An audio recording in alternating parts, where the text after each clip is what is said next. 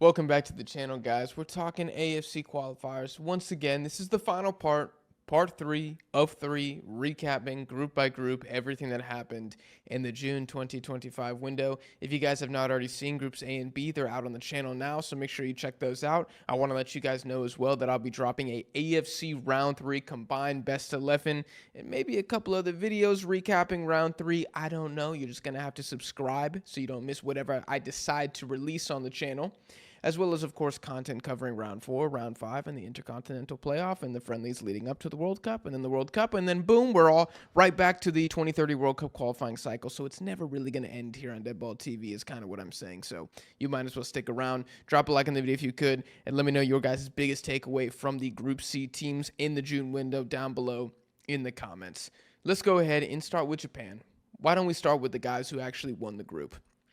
First place, 23 points, 7 wins, 2 draws, 1 loss. Now, they lost to Australia in match day 9 for the first time in over a decade, and then followed that up with a 6-0 destruction of Indonesia, and it truly was a dismantling. I think that's the best way to describe this match. 22 shots for Japan, 0 for Indonesia.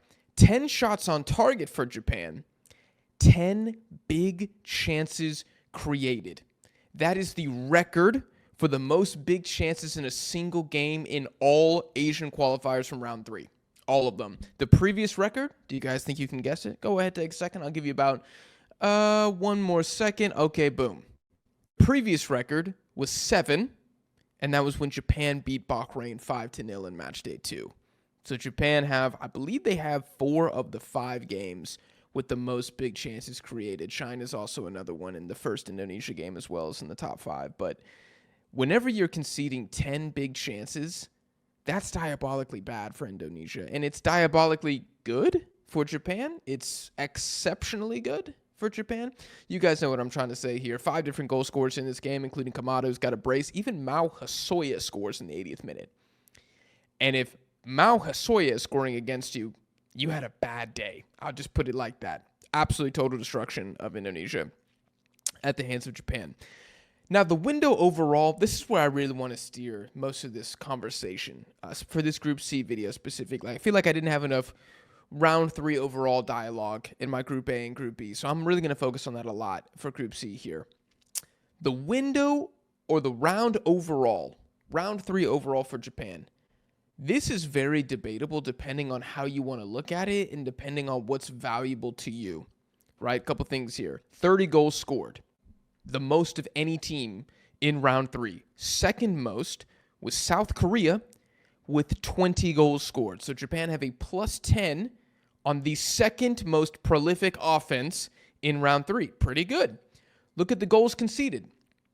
3 goals allowed for Japan, the fewest of any team. It might be the record for fewest goals ever. I need to double check that. I feel like Iran got 2 or 3 in one cycle a couple cycles ago. So that was the fewest of any team in 2026. Second fewest was Australia and Uzbekistan, who both had 7 goals conceded. The GD plus 27 for Japan. Plus 27 GD in 10 games? That's ridiculous. The second best GD was South Korea again on plus 13. Sounds great, right? I mean, those numbers are amazing.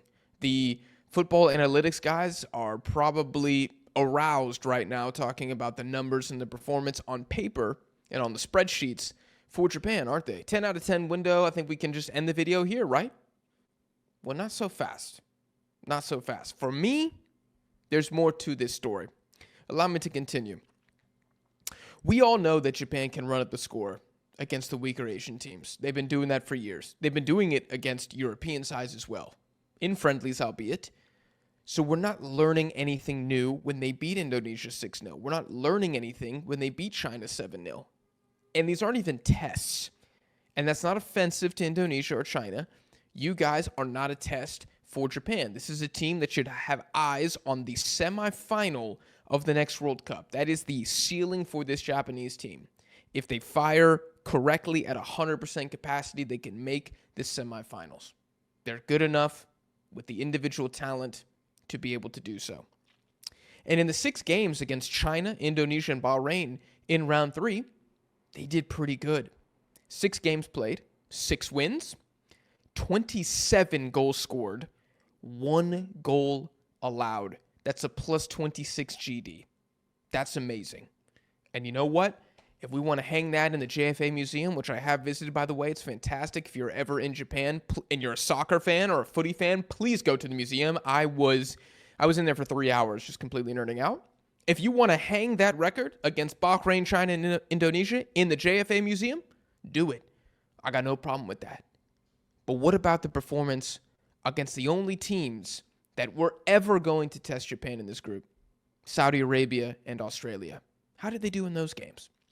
Well, there were 4 games played, 1 win, 3 goals scored, 1 goal allowed, plus 2 GD. So we went from plus 27 for the bad teams in Group C to plus 2 against Australia and Saudi Arabia. On Australia, that changes managers halfway through the cycle. Near the beginning of the cycle. A Saudi Arabia that changes managers. Probably the most dysfunctional Saudi Arabia we've seen in a while. On Australia that has a different starting 11 for the first 6 games of qualifying. And then it started to even out a little bit, but it was still a carousel, even up until match day 10. And you score 3 goals and have 1 win in 4 games against those opponents. To me, that is not just a failure. It's a huge failure. It's almost embarrassing, I would say, for Japan. Because again, nobody cares what you do against the B, C, D, F tier Asian teams. Nobody cares. It's what can you do against the big boys, because this is who you're going to see at the World Cup, and especially in the knockouts at the World Cup. You might get one opponent equivalent to Bahrain in the group stage. You might. You might get an Honduras from CONCACAF, right? You could get something like that. You could get I don't even know who the African team is that's equivalent to as bad as that. I really feel like any of them would not qualify, like Zimbabwe or something. You're not going to see those guys at the World Cup. You're going to see Saudis. You're going to see teams equivalent to Australia, and you got 1 win.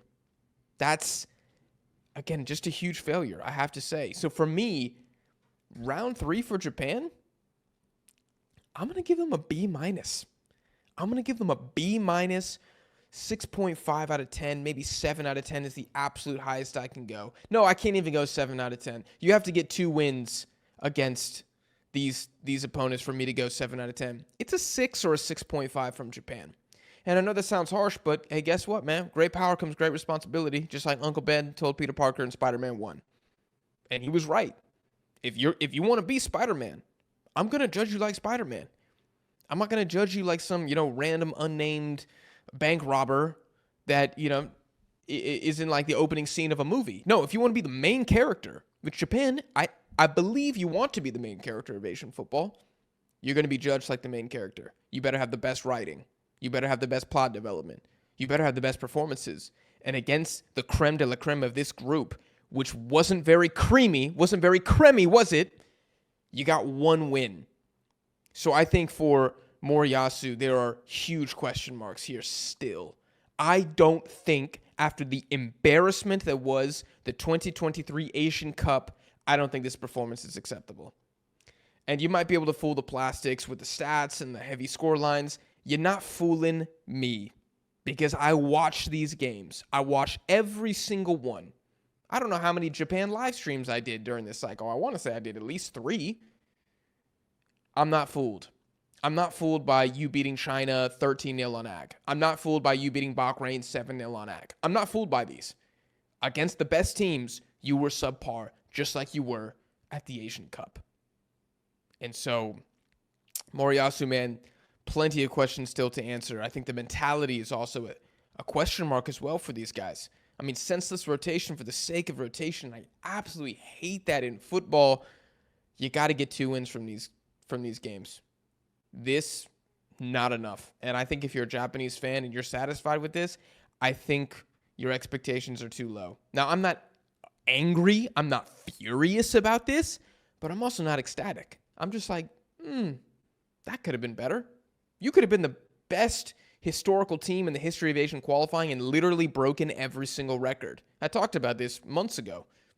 You could have set the record for points, goals scored, GD, wins. You could have been like, remember Japan in the 2026 qualification? That's the best Asian team that's ever existed. You could have been that. And I feel like you were far from it. So again, not terrible from Japan. You were always going to qualify. You were always going to win the group. That's why these are not achievements to me, and I'm sorry. I'll move on to Australia now, who finished in second place, 19 points, 5 wins, 4 draws, 1 loss. And not only did Australia basically qualify for the World Cup after they beat Japan off a 95th minute Aziz Behich banger, they then go away to Saudi Arabia and win 2-1. And there are several teams I've criticized for being weak mentally. I think that Iran have proven to be weak mentally. I think that Japan are weak mentally. I do not think the Australians are weak mentally. I think these guys are arguably the toughest national team in the world. Maybe if you want to say like, oh, Paraguay or Uruguay just have more of like a historic like grit to them. Sure, whatever. I'll give you that. But Australia, man, I still think if you had asked me one national team that's just got dogs in the team, head top to bottom pit bulls, Australia. Like, I could not be more impressed by these guys. And if you've been watching DeadBall TV for a while, you know that I got love for Australia. I've always had love for you guys. I hope nobody thinks that even though I criticize the performances and how boring it is to watch, I hope you guys know that I've always put respect on the badge, and I've never said that you guys are bad. And I've always put you guys a little bit higher in the world rankings than everybody else. Because, again, I watch these games, and I know what it means to beat Australia, which not many teams can do. 1 loss from this cycle, man. 2 games against Japan, 0 losses. In the 4 games against Saudi Arabia and Japan, you didn't lose a game. That's ridiculous to me. Not only did you not lose a game, you won 2 of them. So what's that? 8 points from 4 games, 8 points from a possible 12 against Japan and Saudi Arabia. Meanwhile, Japan take what? 5 points from a possible 12? Embarrassing. It's embarrassing. Like, full credit to Australia, man. Huge freaking W. I think this team needs to be renamed from the Socceroos to the Soccer Soldiers.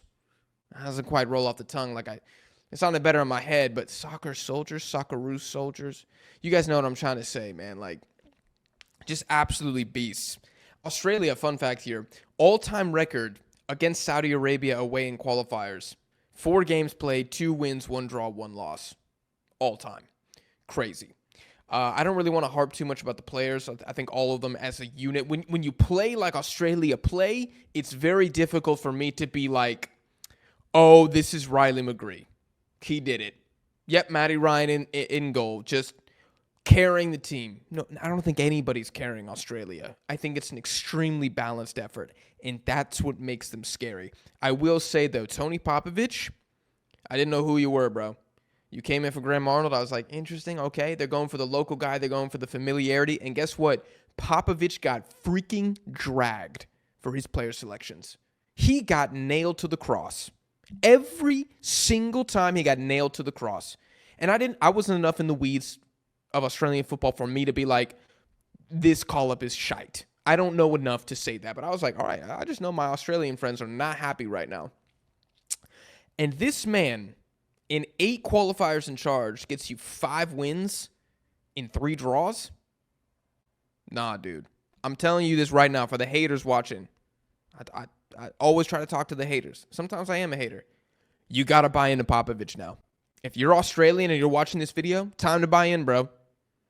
Time to go to the ATM, pull out $500, put it on Tony Popovich.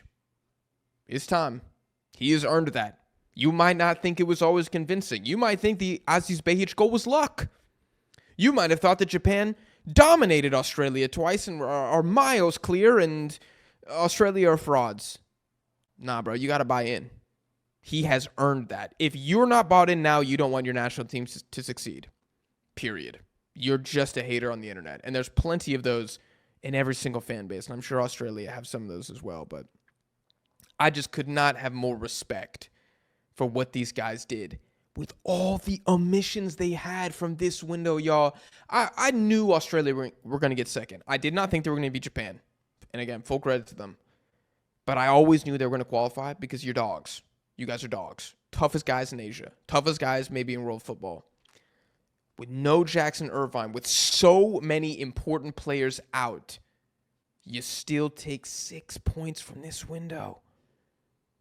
This is why I think if Australia can just tighten up the consistency with the lineup a little bit, they're going to be a terrifying team at the next World Cup. I don't think anybody wants to see the Socceroos.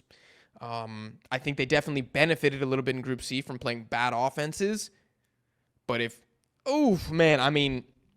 there's not many teams on earth that I think could cut up Australia. If Japan can't do it twice, albeit once with a rotated team, whatever, I don't know who can. Spain, Argentina, maybe Portugal. That's the list. It ain't England right now. Did y'all watch the Senegal game? Let me not get into that. Massive dub to Australia. Indonesia next here. 4th place finish in the group. 3 wins, 3 draws, 4 losses. Minus 11 GD. That is the lowest of any team still alive in qualifying. The second lowest GD is Qatar with minus 7. So Indonesia significantly worse here. Which brings me right into the defense. There was the 1-0 win against China. Not a very good game. Felt like Indonesia's chance creation was average. A lot of shots, but none of them really threatening. I think Dalai Wong had 2 saves that he had to make. And it's a terrible penalty to give away for China. It's not Indonesia's problem. Romani steps up, converts. Boom, you guys are qualified to round 4. Awesome. And then there's the 6-0 beatdown by Japan. And what the hell was that? I mean, is there any Indonesian that's still super thrilled about going to round 4 after that? I mean, you can be excited. You can be like, hey, guys, we've taken a massive leap as a team, which you have, but a 6-0 defeat is unacceptable. And I don't want to hear the whole, we didn't care, or it doesn't matter. Gosh, I feel like I need to take a hammer and just smash my own forehead in every time I read these comments online. Brother, you still have a new manager. Kluivert just got there. He's been in charge for 4 games? He doesn't know the players don't know him, and I promise you he hasn't had enough reps. I promise you. You want to talk about squad cohesion? It ain't there, bro. You guys still don't have a certified starting 11. Partially because Kluivert just got there, partially because you keep naturalizing more guys. So there's no consistency in the team. You have a new manager. Team chemistry's, I don't know, like if we're playing FIFA or something, team chemistry's got to be at 30%? It's not good. Does everybody really know everyone's full name? I bet you they don't. I bet you there's times in practice where it's like, hey, dude, pass me the ball faster next time. Like, there's no way everybody knows their names. And you still have World Cup qualifiers yet. You're not done. You're at the halfway mark here. What are you doing? To get destroyed like this? I think it's dangerous, man. I think it leaves a terrible taste in the mouth of the fans, in the mouth of the players. That's like, okay, hold on. Yeah, we can do we can beat Bahrain and we can beat China, but like, we're not seeing these teams anymore in round 4. And when we go up against like a true big dog that was missing almost all their starters, we get annihilated. Annihilation is what that was. I don't know. I'd be looking at Kluivert with an eyebrow raised right now. I mean, I am looking at him with an eyebrow raised, like Carlo Ancelotti right now. And I'll say there's no way in hell Shin Tae-yong loses this game 6-0. I know people are like, he wasn't good, blah, blah, blah. The AFF, piss off, man. There's no way Shin Tae-yong loses any game to anybody 6-0. And it's ironic that one of the strengths under Shin Tae-yong was more of a defensive attitude and a defensive approach. I think through 6 games under Shin Tae-yong in round 3, Indonesia conceded 9 goals. In 4 games under Kluivert, 11 goals conceded? It's unacceptable. It's unacceptable. And look, at this point in time, round 4 has been confirmed to be hosted in Saudi Arabia or Qatar. And for me, Indonesia's done. I think they're done. Unless they get like Oman and Saudi Arabia, I think they're done. And I don't even think they can get Oman because I think they're both like the lower pot. So they're going to get somebody else like a Qatar or like an Iraq. And I think they're done. If they're going to look this defensively shite against, dude, Australia don't even have an offense. Like, they're dead offensively, and they put 5 past y'all. Iraq have a better offense than that. UAE have a much better offense than Australia. Qatar have a much better offense than Australia. The only teams that don't are the Saudis and Oman. That's it. So again, that's the dream group. I don't think that can be the group, but if it's possible, that's the dream group. And in that situation, Indonesia would have some hope. But if you're going to be this bad defensively, I just think this is the end of the road. I really do. Now, all that being said, the fact that Indonesia are in round 4 has to be a glowing success for this program. I think I said when the draw came out, if Indonesia got 7 points, big dub. And what did they finish on? 12 points, I think? 11? I'll have to check it afterwards. But the point is, it was in the double digits. That's a success. I don't care how you want to look at it. I don't care what your expectations were. If you ever thought that they were going to be finishing in the top 2, you are delusional, which I know a lot of you are. So there probably is 100 people watching right now that thought, no, we're better than Japan. I mean, yes, I see you guys online. You guys are crazy. It's kind of disturbing, but I digress. This is a successful campaign, making it this far as a dub. Round 4, I just think that's where the story ends, though. Moving on to China. Oh, China. Finished in 5th on 9 points. 3 wins, 0 draws, 7 losses. Doesn't sound good, but I'll be honest. I think it was a good qualifying campaign from them. Not performance-wise. The performance was shocking.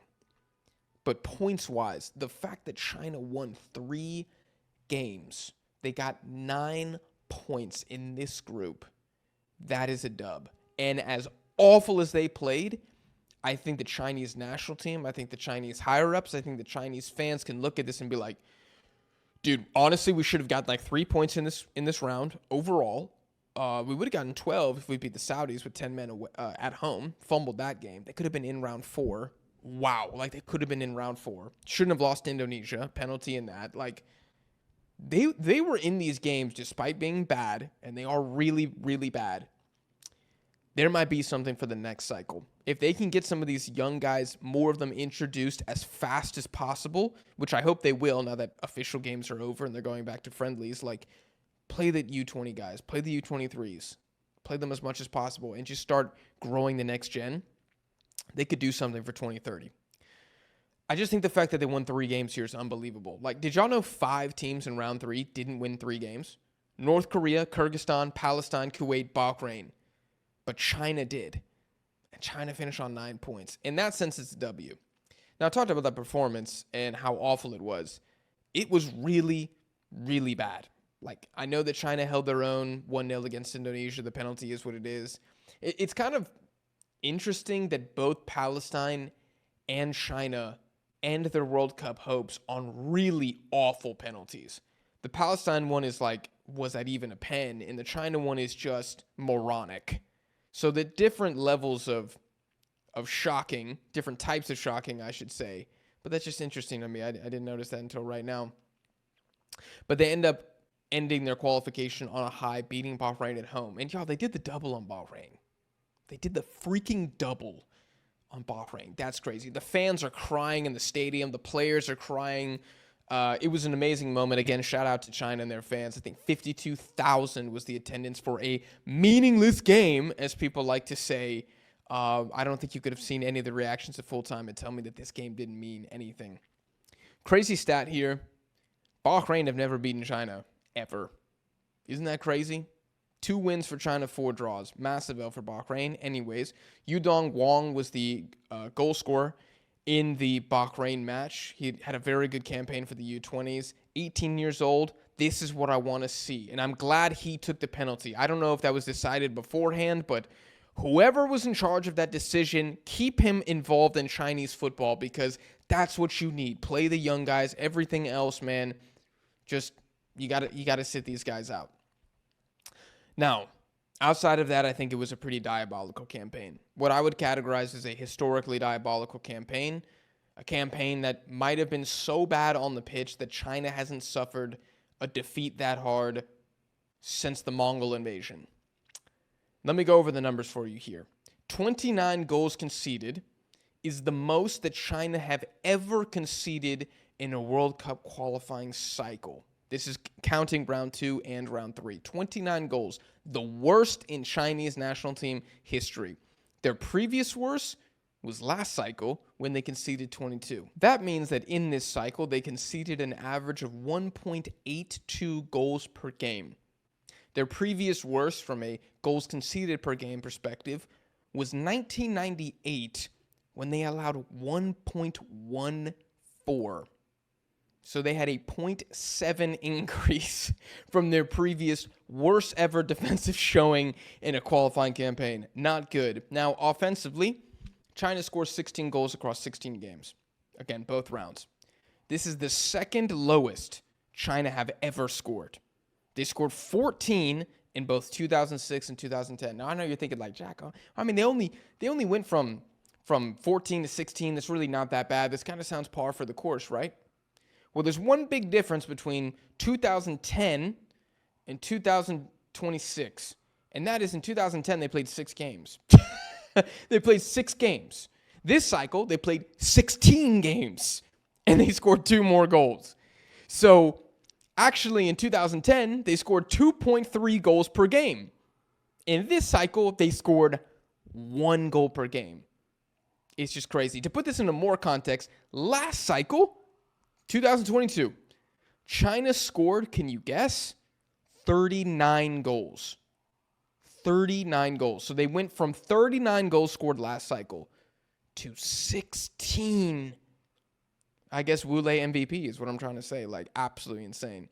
So, was this good? Not at all.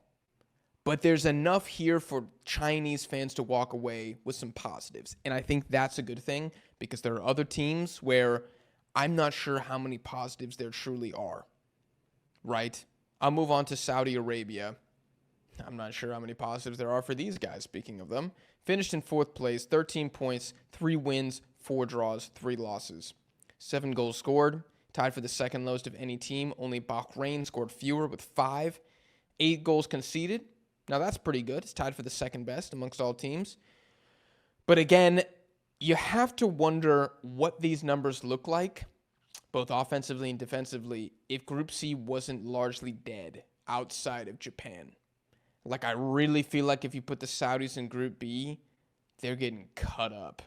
They're getting cut up by Korea. They're getting cut up by Jordan. They're getting cut up by Palestine. And I guarantee you Kuwait scored 2 goals against them. I promise you they do.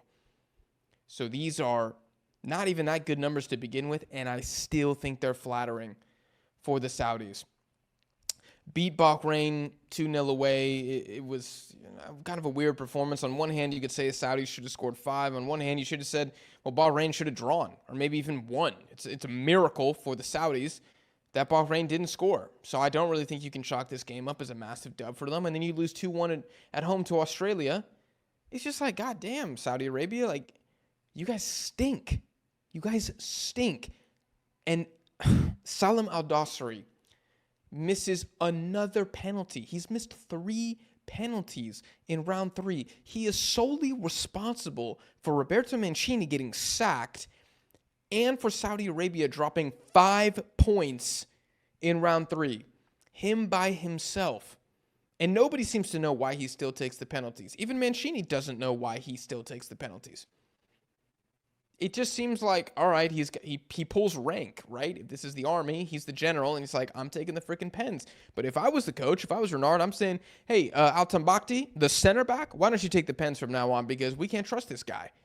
We cannot trust this guy, and I think this is going to be a problem in round 4 or round 5, or I don't know, every single game of meaning for Saudi Arabia moving forward. It's really weird right now, man. Bad times for the Saudis. Their record at home this cycle, Buckle up. 1 win, 2 draws, 2 losses. That is a sackable record for everyone involved, players and coaches. You cannot be Saudi Arabia and win 1 game at home. Are you kidding me? It's embarrassing. And that 1 win was against 10-men China, who you beat 1-0. It's just awful. Now, it's confirmed that these guys are hosting round 4. And I'll be honest, y'all, I don't really know how much that even matters. Because I just read you their home record. They're shit. So is this like a completely daunting place to go and play? I think it logistically sucks for teams like Indonesia. I think those are the biggest losers here. But I wouldn't be super pressed about Saudi home advantage because I don't even really know if it exists. And I'm not even sure how much their fans are bought in right now. But anyways, yeah, they suck. Their wins in this round were China twice and Bahrain once. Just shocking again. And I think they will be the pot 1 that everybody wants in round 4. Like, honestly, I think you'd rather take the Saudis than Qatar. I think that's fair to say. At least that's the opinion I have. Maybe there's a couple teams that would be an exception to that. But I just think the Saudis are so beatable right now. And Renard is really up against it. Overall, I think round 3 was a D- for Saudi Arabia. I'll conclude here with Bahrain, who finished last in Group C. 1 win, 3 draws, 6 losses. Only North Korea and China had more losses overall than them. I just want to know what the hell happened here, because everyone tried to tell me that there was a chance Bahrain were going to finish in second. That was actually the narrative early on in qualifying. And ever since, I guess, was it even the victory against Australia, or maybe it was the draw away to Saudi? Ever since then, they have been terrible. Absolutely terrible. 5 goals scored is the lowest of any team in round 3, and that's unacceptable. 16 goals conceded over 10 games isn't that bad, but you're not going to go anywhere scoring 5, man. And if you watch a lot of these Bahrain games, you can see why, because they really, really lost any ability to finish at all, which they had early on. They would get like 2 chances a game, they would score 2 goals, and it was like, oh my God, wow, like Bahrain are kind of annoying. Like, we got to be careful with these guys. And then that just vanished. And I'm not really sure what it was. Like, did they just gas out? I really don't have a theory on them. I need somebody else to let me know your opinion down below in the comments. I think for me, my takeaway here is Bahrain are bad, and they just were really lucky. Like, I'm trying to think of amazing Bahrain performances. I think they got super lucky against the Saudis in Saudi Arabia. I think they got lucky when they hosted Indonesia. They got crazy lucky in the first match against Australia. I just don't know if they're good at all. And I think the record speaks to that. The eye test speaks to that. I don't think they're that legit. And I think had they advanced to round 4, everybody wanted Bahrain. Everybody wanted Bahrain because there's no special ability here. They don't even have the same defensive tenacity of an Oman. So it would have been really, really hard for these guys to do anything in that round at all. Was round 3 an F for Bahrain? I don't know. But you lost to China twice. And if you lose to China twice, that's kind of an automatic F, right? Like, I think if they got a draw or split the series, I'd be like, yeah, I mean, it's Bahrain D+, right? Like, they did what they could. You lost to China twice. I'm going with an F. I think it's a straight F grade overall. And my last thoughts here, this generation of Bahraini players, they do have some ballers in here, but a lot of their best players outside of Marhoun are in their 30s or older. I think Benati is 32, Al-Aswa is 32, Luftala is 32, the goalkeeper. Their other center back's 34. I don't know what the next wave of Bahrain players looks like, but they could be in trouble. And I think we could be looking at a situation here where they really do fade into irrelevance a little bit, at least for the next 5 to 8 years while they refresh the ranks. Because I don't see the youth guys getting serious minutes for them who are going to keep carrying the flag. I will be surprised if they do well in the next set of qualifying. And honestly, I'll be surprised if they make round 3 in 2030. I don't think they have enough gas left in the tank. Maybe they can go the Oman route, appoint a local manager, and pray. And that's probably what they're going to do. I wouldn't be shocked if they try some serious naturalization too and just start handing out passports like the UAE. That's kind of the only way forward for these guys. I do think that The future doesn't look super bright for Bahrain. I think when you finish last in this group, that's a pretty good indicator of that. But those are my thoughts on Group C, guys. I know I went more high level on the round overall. I hope you guys enjoyed this type of discussion more so than me just going deep into the games and whatnot. But if there's any questions that you guys want to ask me, and maybe I can make a separate video about those, let me know in the comments. If you guys enjoyed, make sure you smash the like button. Again, another reminder, tons of AFC content dropping here soon on the channel, so make sure you subscribe for that. Check me out on social media. Links will be in the description. I appreciate you guys for watching or listening, and I'll see y'all in the next one.